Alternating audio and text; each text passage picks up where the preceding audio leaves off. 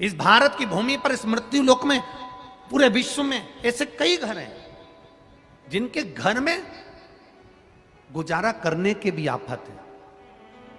पहनने के कपड़े नहीं, किसी के यहां पर भोजन नहीं, किसी के यहां जमीन नहीं, किसी के यहां दुकान नहीं, कोई कोई पूरी जिंदगी किराए के मकान में निकाल देता है। नहीं है।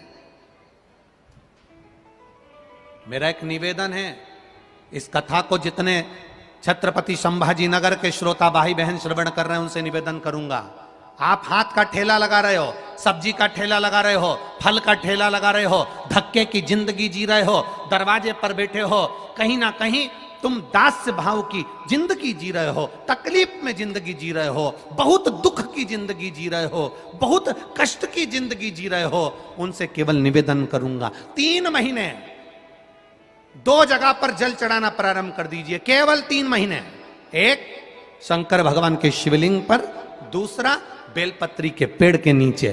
2 जगह पर जल चढ़ाना 3 महीने लगातार चालू कर दो, बाबा तुम्हारा हाथ पकड़कर तुम्हें उन्नति की सीढ़ी पर चढ़ा देगा।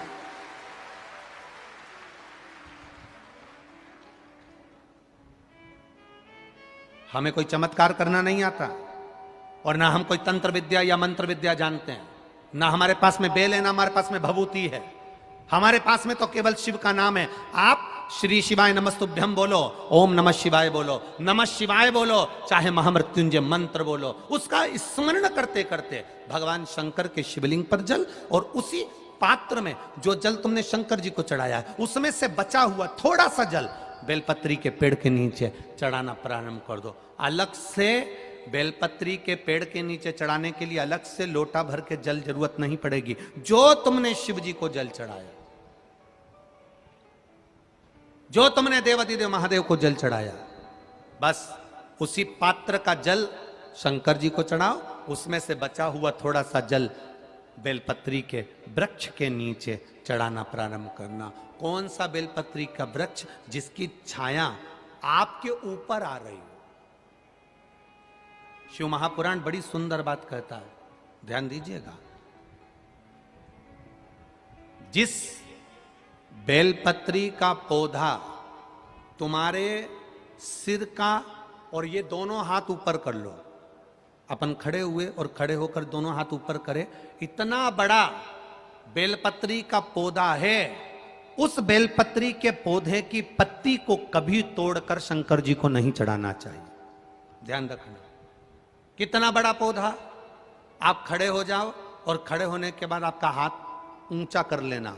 इतना बड़ा पौधा है, उस पौधे की पत्ती बेलपत्री को तोड़कर शंकर भगवान को कभी नहीं चढ़ाना। शंकर भगवान को उस बेलपत्री को, उस वृक्ष की पत्ती को तोड़ना चाहिए जो वृक्ष तुम्हारे हाथ से थोड़ा सा ऊंचा हो, जिसके लिए तुम्हें हाथ और ऊंचा करना पड़ रहा हो।